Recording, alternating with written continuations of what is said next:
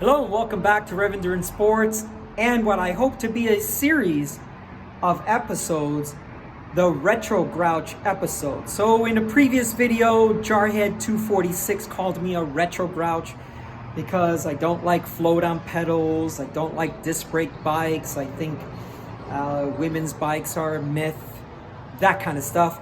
And I realized he was right.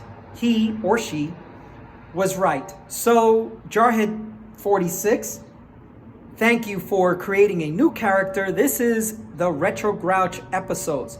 So episode 1, we are going to talk about this bike right here, and this is an Argon 18, and they were at some point in the pro peloton with Astana, I believe. Astana is now, I think, on Villiers bikes.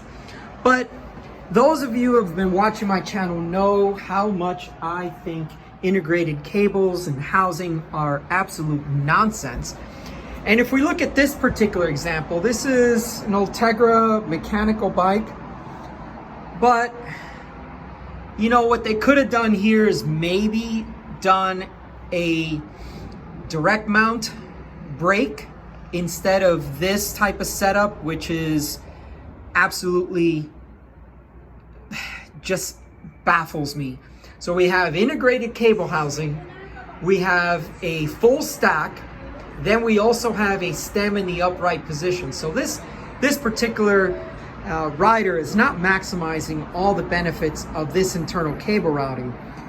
And this brake here, you know, they could have done something else. You know, it's behind the fork. Okay, that's maybe okay.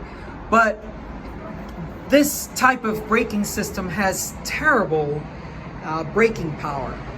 And then, why the bike came into me today, or yesterday I should say, the caliper arm on the other side was rubbing the rim, so she needed it adjusted.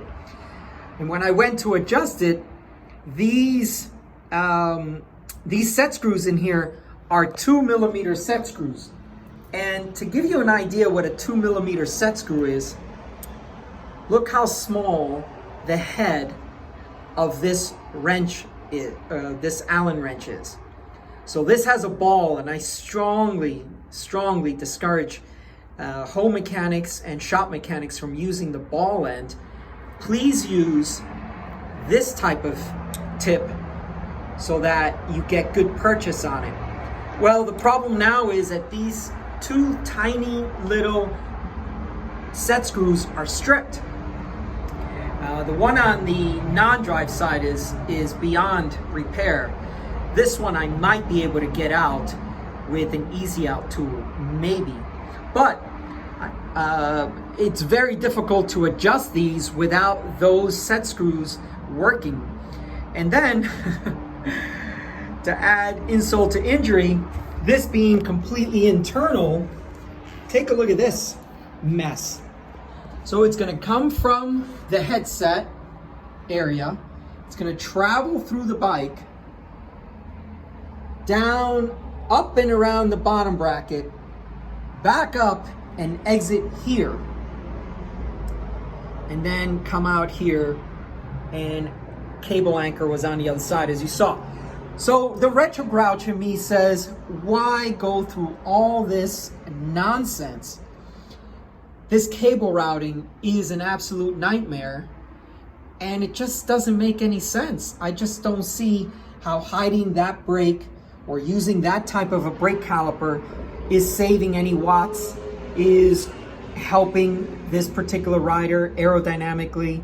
So yes, the Retro Grouch in me says this should just be a direct mount brake, a Shimano direct mount brake, excellent stopping power.